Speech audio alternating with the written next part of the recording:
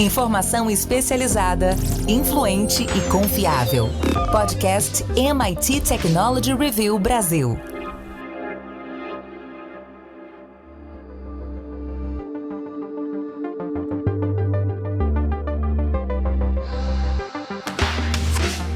Olá, eu sou André Miceli e esse é mais um podcast da MIT Technology Review Brasil. Hoje eu, Rafael Coimbra e Carlos Aros vamos falar sobre a dismorfia dos nossos corpos.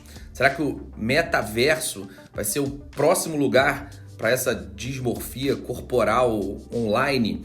Algumas pessoas estão felizes, entusiasmadas em imaginar avatares super realistas e outras acham que isso pode piorar ainda mais os nossos problemas de imagem corporal. A gente vai fazer um apanhado do quanto a tecnologia está mudando a nossa imagem de nós mesmos e o quanto o metaverso vai interferir nessa história toda. Antes de começar a falar sobre isso, claro, eu quero lembrar que esse podcast é um oferecimento do SAIS e da Salesforce. Também quero te dizer que se você curte o conteúdo da MIT Technology Review, tem uma área nova com os eventos que vão rolar lá em www.mittechreview.com.br/eventos. Você vai encontrar um monte de coisa legal que está pela frente, está por vir. Rafa Coimbra, essa visão do Facebook sobre o metaverso, a gente vai interagir numa mistura dos mundos digital e físico. A gente vai ter uma representação digital de nós mesmos que vai comer, andar, conversar, fazer compras, enfim, vai viver. E aí essa é a imagem que o Zuckerberg criou e vendeu para o mercado e ainda reforçou quando renomeou a sua empresa e passou a chamar o Facebook de Meta, deixando bem claro para onde vai o mundo da tecnologia, na sua opinião. E se os avatares realmente estão a caminho, a gente vai precisar enfrentar e responder algumas questões complexas sobre como nós vamos nos apresentar para a sociedade. Essas versões virtuais, digitais de nós mesmos podem mudar a forma através da qual a gente se sente a respeito dos nossos corpos. Você entende que isso cria uma visão pior ou melhor de nós mesmos? Vai depender, André, de cada um. O que eu posso dizer é o que está acontecendo hoje com a nossa representação em duas dimensões numa foto, ela vai se amplificar, porque, obviamente, no metaverso, com essas realidades aumentada e virtual, essas representações elas vão ser em 3 dimensões. Por que eu estou dizendo isso? Porque se você pegar qualquer foto hoje de qualquer um de nós nas redes sociais, ela é uma representação do que a gente gostaria que os outros vissem em nós. Você pode querer se apresentar de uma forma mais profissional, de uma forma mais descolada. Já existem os filtros, você coloca, arruma o cabelo, arruma o rosto. Você dá um tapa na sua imagem de acordo com o que você quer. Logo, o que a gente tem hoje é uma alteração na sua imagem real. Mas quando a gente vai para esse mundo do metaverso, e a proposta é que a gente construa um corpo do zero. E aí, você tem 2 caminhos. Você pode tentar construir você em 3 dimensões como você realmente acha que é ou gostaria que as pessoas fossem, mas você pode criar um ser 100% do zero. E aí não é só o rosto, como na maior parte das fotos de rede social. Você vai criar um corpo inteiro. Você pode escolher ser mais alto, mais baixo, mais gordo, mais magro. Você vai se transformando ali do jeito que você quiser. Então, pessoas que tendem a não gostar do seu corpo real, provavelmente vão enfrentar um problema, porque vão querer ter uma imagem muito diferente do que ela é na verdade. Se ela só ficar no mundo virtual, talvez isso não seja um problema, mas geralmente o problema acontece quando existe a confrontação do que a pessoa está vendo nesse mundo virtual com o que ela é realmente de verdade. Então muitas pessoas se sentem mal pelo corpo, pelo rosto, pela imagem que elas têm, de verdade. Se comparado a esse mundo que, como eu disse, se a gente pode construir, a tendência é que se construa de uma forma mais utópica, de como a gente gostaria que o mundo fosse. Então acho que vai depender, André, de caso a caso, mas o potencial de dano ele vai aumentar proporcionalmente. Vamos ter assim mais uma dimensão de dano psicológico para quem é mais suscetível a essas variações. E aí Carlos Aros, o lado bom dessa história é que tudo que já é complicado pode ficar ainda mais complicado. Eu vou contextualizar essa frase, vou trazer aqui essa história aqui da evolução e da implementação de avatares mais fotorrealistas.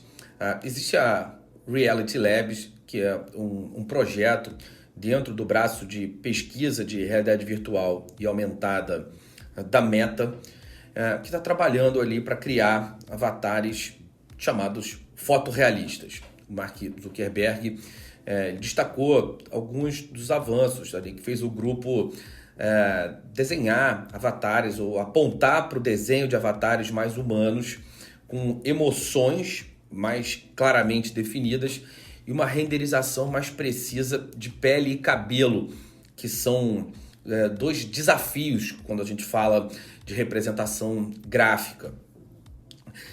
E aí, Carlos Aros, eu te pergunto, e se ao invés dos nossos avatares caminharem para essa fotorrealidade, a gente fizer a curva, se a gente virar criaturas mitológicas com asas, habilidades de super-humanos, essas alterações às quais o Rafa se referiu, essa história piora ou melhora? Estou perguntando isso porque existe aquele conceito ali do Vale da Estranheza, que avalia a nossa capacidade de despertar empatia por qualquer elemento tecnológico. O que o Vale da Estranheza fala é que é mais fácil você ter empatia por um personagem que é claramente digital do que por uma figura humanoide.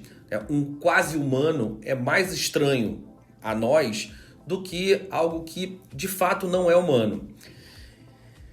E aí essa questão vem à tona, Aros. Você acha que se a gente tiver representações absolutamente diferentes de nós no metaverso ou nos ambientes digitais, onde claramente não somos daquela forma, essa distorção corporal, essa visão que nós temos de nós mesmos no mundo digital e confrontada com o mundo real, ela vai ficar mais complexa ou menos? Eu acho que se a gente buscar como referência aquilo que a gente conhece hoje, a gente vai dizer que é mais fácil. Para o universo gamer, por exemplo, essas representações não são estranhas. E elas fazem parte do contexto criado pelo dono do avatar para a realidade que ele quer imprimir naquele mundo. Então, a gente tem os diferentes universos criados pelas plataformas, pelos jogos. Cada pessoa cria a sua representação com base no contexto, de novo, daquele universo, os elementos daquela mitologia que foi criada, e todo mundo se reconhece, todo mundo se percebe ali. A questão que se coloca quando a gente pensa nos avatares, a imagem e semelhança do criador, é que esses estão sendo pensados, e aí a gente tem que fazer aqui um ponto importante, né? Você e o Rafa tocaram nisso, mas é bom enfatizar isso. Essa discussão sobre o metaverso ela ocorre sob a perspectiva que foi apresentada pelo Mark Zuckerberg, né? Pela Meta. A gente não sabe necessariamente se esse será o metaverso, se essa proposta de metaverso é que vai ganhar espaço no mundo de maneira irrestrita, ou se essa será apenas mais uma proposta e a gente vai encontrar outros cenários, outras situações por aí. Então, olhando para aquilo que ele apresentou, para aquilo que a empresa vem defendendo, a gente vai esbarrar em conflitos talvez mais agudos do que aqueles que a gente experimentou quando os filtros foram colocados nas redes sociais, e a gente tem o Instagram como o grande símbolo desse movimento aí dos filtros, em que alguns influenciadores, algumas pessoas não conseguem ser percebidas se não tiverem usando esses filtros, com esses filtros aplicados sobre o seu rosto, porque basicamente não querem revelar as imperfeições, e o digital impõe uma máscara, coloca uma barreira que impede que a olheira seja percebida, ou que a espinha seja percebida, ou que qualquer outra marca que é absolutamente natural da condição humana seja revelada. Então essa busca pela perfeição, ela tende a se amplificar, mas não só do ponto de vista da perfeição, também de representações de indivíduos, do ponto de vista de questões de gênero, por exemplo.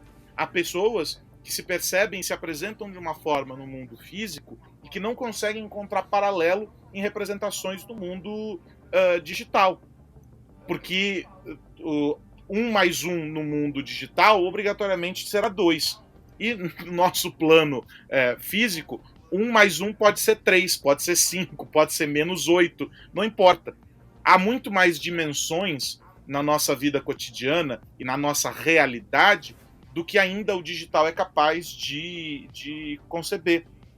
Por isso a iniciativa da Meta de tentar criar esses avatares muito mais realistas talvez seja o passo importante para que essas pessoas possam também se verem representadas. E há essa barreira.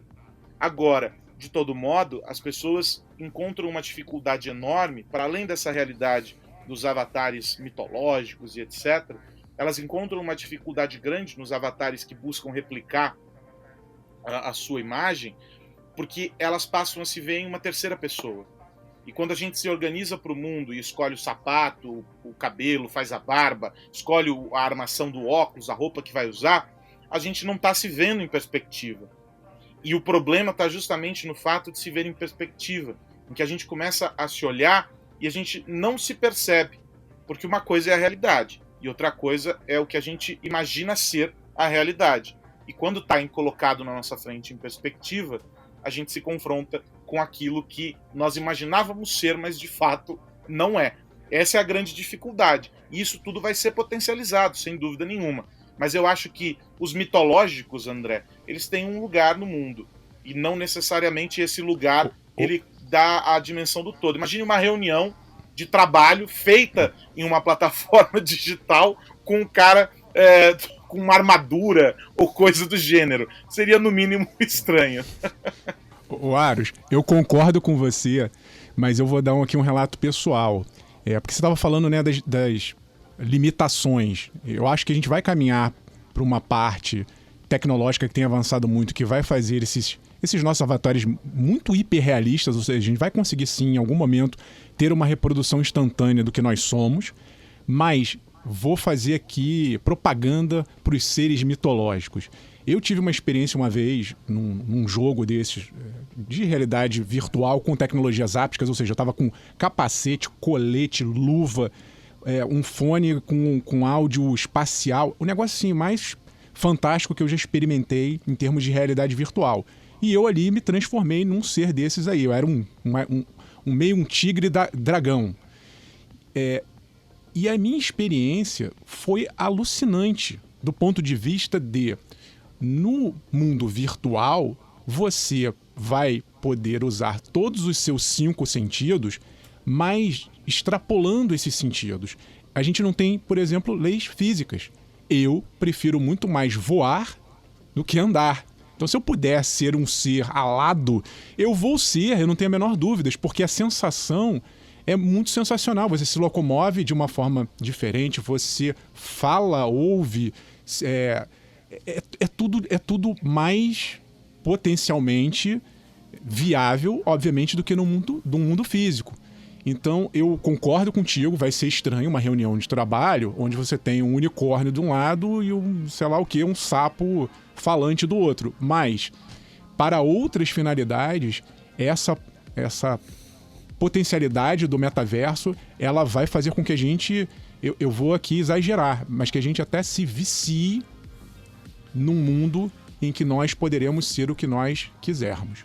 É libertador, no mínimo, mas se a gente estiver pensando que as principais iniciativas estão vinculadas ao mercado de trabalho ainda hoje, a gente está vendo a Microsoft caminhar, o próprio Facebook, né, a própria Meta, o tempo todo a gente tem que se corrigir, a própria Meta e tal, a gente ainda encontra uma certa rigidez e talvez seja uma barreira para que esse cenário que você apresenta se popularize, vamos colocar. Ainda há um certo conservadorismo, eu pelo menos do que eu vejo.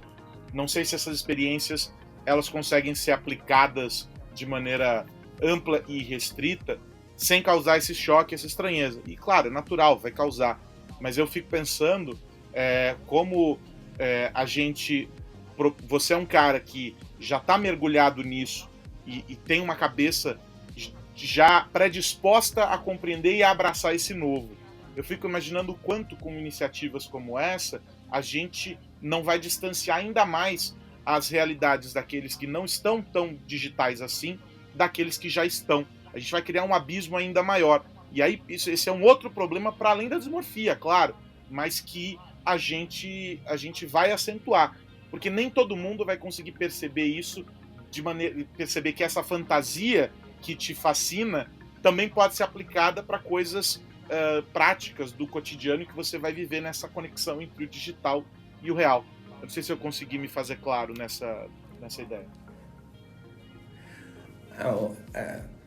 Essa questão de analisar os impactos sociais de quem pode ser um tigre alado e quem não pode, certamente isso vai trazer... Você não sabe como cuspir fogo, André. É sensacional, cara. Eu imagino, em alguns momentos era só o que eu queria. Deve ser. Bom, mas, Rafa, é o seguinte, além dessa questão do metaverso, como vocês dois falaram, existem outras dismorfias vinculadas ao ambiente digital. Algumas nos deixam mais bonitos, mudam a nossa visão sobre os nossos corpos com os filtros, como o Aros falou, e outras justamente o contrário, como o Zoom, as videoconferências, como você trouxe, Rafa. A gente viu ao longo desses últimos anos alguns relatos de médicos que falam que pessoas chegam em seus consultórios com as suas fotos com filtro e pedem para ficar daquele jeito. Cirurgiões plásticos que fazem ajustes nos rostos das pessoas para que elas fiquem parecidas ou mais próximas daquilo que os filtros as fizeram enxergar sobre si mesmas. E aí a gente tem esse modelo do Instagram e do TikTok, que são dois algoritmos muito eficientes nesse objetivo de melhorar a imagem, mas na questão das videoconferências, o nosso corpo é distorcido de outra forma. As câmeras frontais distorcem a nossa imagem, às vezes parece aquela casa dos espelhos de parque de diversões. Elas fazem o nariz parecer maior, fazem os olhos parecerem menores, tem um efeito agravado pela proximidade da lente, que é geralmente muito mais próxima do que uma pessoa estaria numa conversa da vida real. Então, assim, juntando isso tudo, Rafa, eu fico pensando, essa dismorfia, ela já faz parte do nosso dia a dia, e o metaverso vai ser mais uma variável nessa equação que já é bem grande. Tem um ponto, André, que tudo que você falou, perfeito. A pergunta que eu faço para quem está nos ouvindo é: você em casa que está nos ouvindo percebe essas nuances? Porque se a gente for parar para pensar, quando a gente entra hoje numa videoconferência, seja ela qual for, a gente não para pensar que aquilo que a gente está vendo é uma representação em pixels de alguém, tanto em áudio, ondas sonoras, quanto a imagem da pessoa. A gente conversa com alguém diante de uma tela como se ela fosse verdadeira. O que eu estou chamando a atenção aqui é para a percepção. No momento em que a gente assume, o nosso cérebro aceita que aquilo ali é normal, você conversar com um quadradinho falante, que não é a pessoa, é uma representação. Agora aqui a gente está conversando e eu em nenhum momento parei para pensar, pô, será que eu estou conversando com o André ou com o Ares? Mas eu estou falando com o Bit, porque a gente está se comunicando digitalmente à distância. O metaverso, quando ele chegar no seu pleno potencial, ele vai fazer com que isso aconteça. Ou seja, o nosso cérebro vai entender que, seja lá qual for a imagem, é aquela pessoa. E aí tem um outro elemento que a gente nem considerou, que é, talvez, se a gente começar a se comunicar só por telas ou por realidades virtuais, vamos imaginar, tá? Estou extrapolando aqui um futurismo, que todos nós passemos a só fazer comunicação por meio de realidade virtual. A gente não vai nem precisar fazer a tal plástica física. Você vai fazer uma plástica virtual. Você pode contratar um cirurgião do metaverso plástico em que ele vai criar ou ajustar um rosto em tempo real para você. Porque quando você tiver uma vídeo, alguma coisa em 3 dimensões, você vai ter um corpo, o shape daquele corpo, o rosto todo feito só para o virtual. Eu não vou mais precisar fazer nada no físico. Mas com as tecnologias que a gente já tem visto de deepfake, vai ter gente, né? Porque tem gente que chega hoje no cirurgião plástico e fala, eu quero ter o nariz da fulana, eu quero ter o olho do ciclano. Você vai, né, potencialmente poder inserir o rosto de alguém. Você vai poder pegar o nariz de alguém e falar assim, pô, mescla aqui com o meu digitalmente e faz o meu avatar com esse nariz. Então eu já estou aqui prevendo plásticas virtuais no metaverso, tá? É uma nova profissão que vai surgir, eu imagino. Oportunidade para os designers. Sabe, eu concordo absolutamente com o que você está falando. Tem uma questão adicional nesse ponto das videoconferências, que é o fato da gente se ver constantemente ao longo da videoconferência, o que evidentemente não acontece na vida real, nessa relação de primeira pessoa, como o Aros trouxe. E é engraçado, eu estou aqui pensando no livro do Aldous Huxley, do Doors of Perception, né, que inclusive foi insumo para o título, para o nome da banda, do The Doors, né, quando ele fala aquela citação do William Blake, que se as portas da percepção estivessem limpas, tudo apareceria para o homem tal qual ele é, que é infinito. E no final das contas, é isso que acaba acontecendo. Ficam infinitas as possibilidades de tratar o que a gente tem de mais pessoal, que é o nosso próprio corpo. Mas enfim, depois de ter certeza que as pessoas não nos veem como nós nos vemos na internet e que agora seremos muitos de nós mesmos, é chegada a hora de falar sobre uma outra história. E aí eu quero chamar o nosso momento de segurança digital oferecido pela Embratel.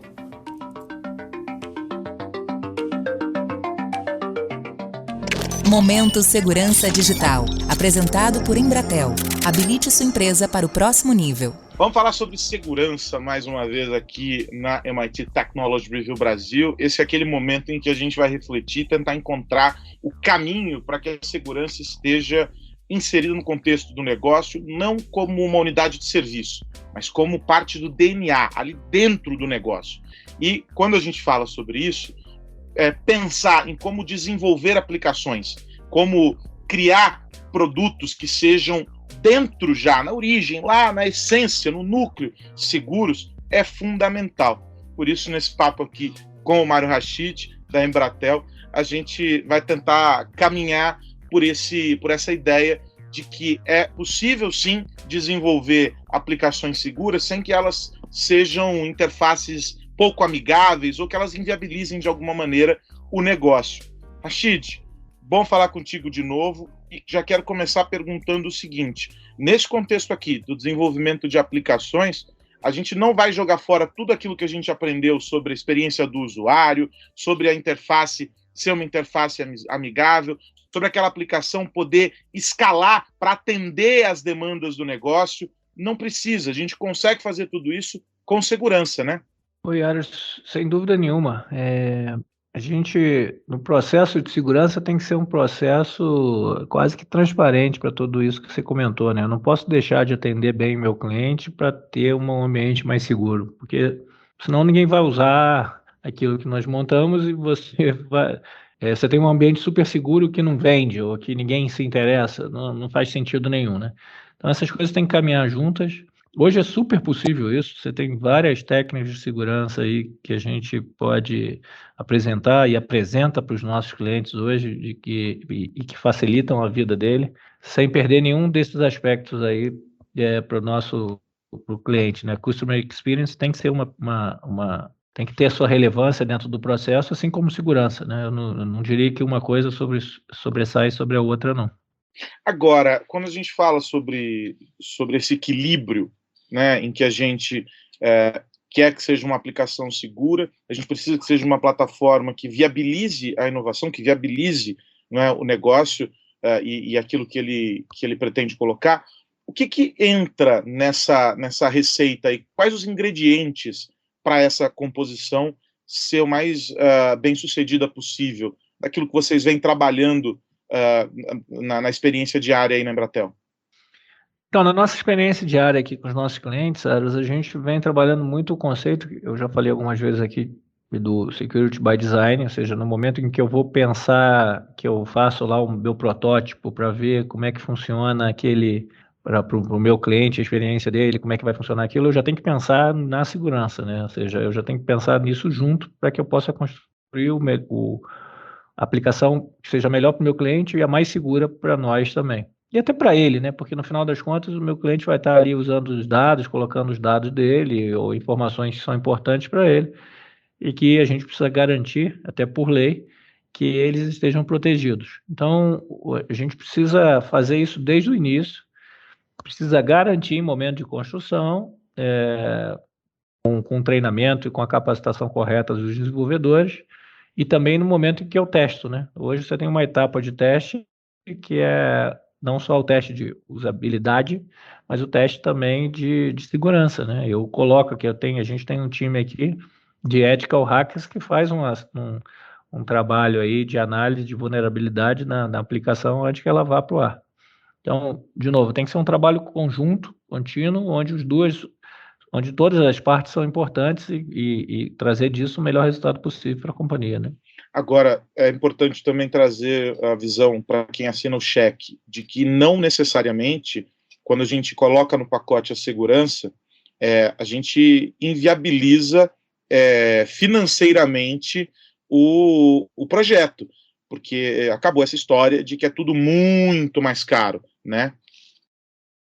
Exatamente, não é muito mais caro. Você tem, com essa preocupação, você consegue, na verdade, economizar o dinheiro, né? Porque, de novo, quando você faz esse trabalho bem feito, você consegue fazer de maneira mais barata e você garante que você não vai ter um problema no futuro, né? Muitas vezes você economizar muito pouco no momento de que você está executando, se você resolve fazer isso depois, você vai gastar mais, e se você não faz, o risco é enorme, né? Então, eu acho que a melhor coisa que se fazer nesse momento, até financeiramente, é começar o processo já com a segurança embutida. Você vai ter menos problema financeiro, menos problema de segurança e menos problema de usabilidade lá no final. É isso, você resolve várias questões com uma única ação. Rashid, muito bom falar contigo. A gente volta na semana que vem aqui na MIT Technology Review Brasil, trazendo alguns insights sobre segurança para as empresas. Um abração. Abraço, Horus. Ponto final em mais um Momento Segurança Digital aqui na MIT Technology Review Brasil. Você sabe, esse nosso espaço, essa nossa discussão semanal sobre cybersecurity é apresentado pela Embratel. E você quer descobrir como habilitar a sua empresa para o próximo nível? Muito fácil. Acesse embratel.com.br e descubra todas as possibilidades. O que mais você precisa saber? Depois do nosso momento de segurança digital, é chegada aquela hora, a hora de virar a chave. Carlos Aros, qual a dica da semana? O Google anunciou uma série de novidades para o Android, né, o sistema operacional que o Google desenvolve e que é o mais utilizado no mundo todo em smartphones e tablets e afins. E o Android tem uma série de aplicações para diferentes segmentos. E de uns anos para cá, a indústria automotiva se aproximou das Big Techs para tentar fazer com que essa experiência fosse mais completa, né? O motorista e os passageiros pudessem usar aplicações que estão nos smartphones e dentro do carro. A gente viu a evolução do multimídia dentro do carro, depois veio o Android Auto, o Apple CarPlay, e a gente começou a perceber que essa conexão ela estava rendendo frutos. Hoje a gente tem os assistentes por voz nos veículos, e muitas das funções hoje podem ser feitas por comandos de voz dentro do carro. Você não precisa sequer tirar a mão do volante para ativar aplicações, para mandar mensagens e por aí vai. E isso tudo tem colocado essa relação da indústria automotiva com as Big Techs cada vez mais próxima. E agora, nesse anúncio do Google, o Android passa a ser percebido também como um recurso para abrir o carro, ou seja, ele pode ser a chave do seu carro. Isso vai começar com a BMW, uma parceria que já tinha sido anunciada, se não me engano, na primeira metade desse ano, foi lá no comecinho do ano, e o desenvolvimento aconteceu, e agora a confirmação de que em algumas regiões, os Estados Unidos já começa com isso, vai ser possível apenas abrir o carro aproximando o seu celular, ele passa a ser a chave do seu carro. A ideia do Google é que, a partir desse experimento com a BMW, o Android possa ser compatível com outros veículos, com outras montadoras, e comece a ser utilizado também como esse recurso de segurança. Você pode travar o seu carro por meio do celular. É um processo pequeno, mas que mostra como essa aproximação das duas indústrias rende bons frutos e tem melhorado muito a experiência de quem está dirigindo. Então, talvez seja algo muito pequeno o processo de utilização do celular como chave, mas se a gente olha no contexto geral, o quanto essa evolução foi rápida, a gente percebe que não estamos muito distantes de conseguir tornar populares, o que significa o barateamento, de algumas interfaces, aqueles tablets gigantes dentro do Tesla e outras interfaces que a gente vê em alguns veículos hoje restritos a poucos, e como isso poderá se popularizar. Ainda é um desafio grande a conectividade. O 5G deverá mudar essa realidade. Em alguns países isso já começa a ser transformado. E, claro, a construção de plataformas mais seguras. Ainda é um gargalo do ponto de vista de cibersegurança essas interfaces dentro dos carros. Isso porque as pessoas deixam de atualizar e aí vira um problema enorme. Mas o anúncio do Google mostra que essa parceria com as montadoras está cada vez mais estreita. Tem BMW, tem Volkswagen, enfim, são várias montadoras nesse caminho, e a tendência é que cada vez mais os anúncios da indústria automotiva sejam anúncios da indústria de tech e de digital, muito mais do que apenas dizer que o motor do carro é muito potente ou coisa do gênero. Logo, logo, você vai poder esquecer as chaves do carro também, além das chaves da casa e da carteira, porque vai estar tudo no seu celular. Mais um motivo para a gente ter que resolver a crise dos microchips. Rafa Coimbra, dica da semana. Tô de olho, André, num anúncio que foi feito agora e que vai ter uma função liberada nos próximos dias do Mercado Livre. O Mercado Livre tem ali o seu braço financeiro, que é o Mercado Pago, e eles vão começar a transacionar criptomoedas. Começa com apenas algumas, tem ali, obviamente, Bitcoin, Ethereum, as mais famosas. A princípio, as pessoas só vão poder comprar e vender criptos, ou seja, vai funcionar ali com uma parceria com uma corretora, mas olhando para frente, dá para se imaginar que em algum momento o Mercado Livre vai fazer uma integração com o seu sistema. Então, eu imagino que em algum momento as pessoas vão poder comprar e vender dentro de uma super plataforma de comércio eletrônico usando diretamente criptomoedas. Estou dizendo isso porque nós vimos ao longo de 2021, estamos já no fim do ano, mas fazendo já um balanço em termos de criptomoedas, houve um avanço significativo de várias empresas, de vários marketplaces. O PayPal fez isso, começou a aceitar também transações com criptomoedas. Aos poucos, ou nem tão aos poucos, às vezes com uma velocidade boa, governos têm falado de criptos, empresas têm falado de criptos, e esses marketplaces também começam a entender que existe uma tendência que parece não ter volta, só está aumentando. Então eu imagino que um anúncio como esse, quando a gente vê cripto circulando numa plataforma em que a gente já conhece, Mercado Livre é uma das maiores aqui na América Latina, compete fortemente com outras gigantes, isso vai ajudar a popularizar. Eu ainda torço o nariz um pouco, porque nesse primeiro momento, como eu disse, as criptomoedas ou criptoativos são vistos muito mais como ativos, como ações em que as pessoas estão comprando, aguardando uma valorização, do que efetivamente sendo usadas como moedas. Mas se elas realmente começarem a ser usadas como moedas, como troca, aí sim a gente vai ter uma nova era, o que deveria ser desde o início proposto lá no surgimento do Bitcoin. Ou seja, a gente vai poder comprar e vender coisas com criptomoedas de forma simples, barata, descentralizada, sem burocracia. É isso que eu imagino que possa vir a acontecer em algum momento. Se as criptos de fato começarem a ser usadas para as transações financeiras, vai ser interessante porque certamente os preços vão acabar, os valores dessas criptos vão acabar subindo ainda mais, dado que elas vão ter um propósito, essa relação de escassez vai ser um motivo adicional para que o preço suba. Então, ao mesmo tempo que a gente vai ver um aumento das razões pelas quais alguém pode ter uma criptomoeda, já que ela vai poder usar em transações financeiras, que é o motivo, pelo menos dito, o motivo inicial da sua existência, vai ter uma outra corrente comprando ainda mais, porque elas vão subir. Quanto mais uso, quanto mais demanda, com uma oferta fixa, maior o preço.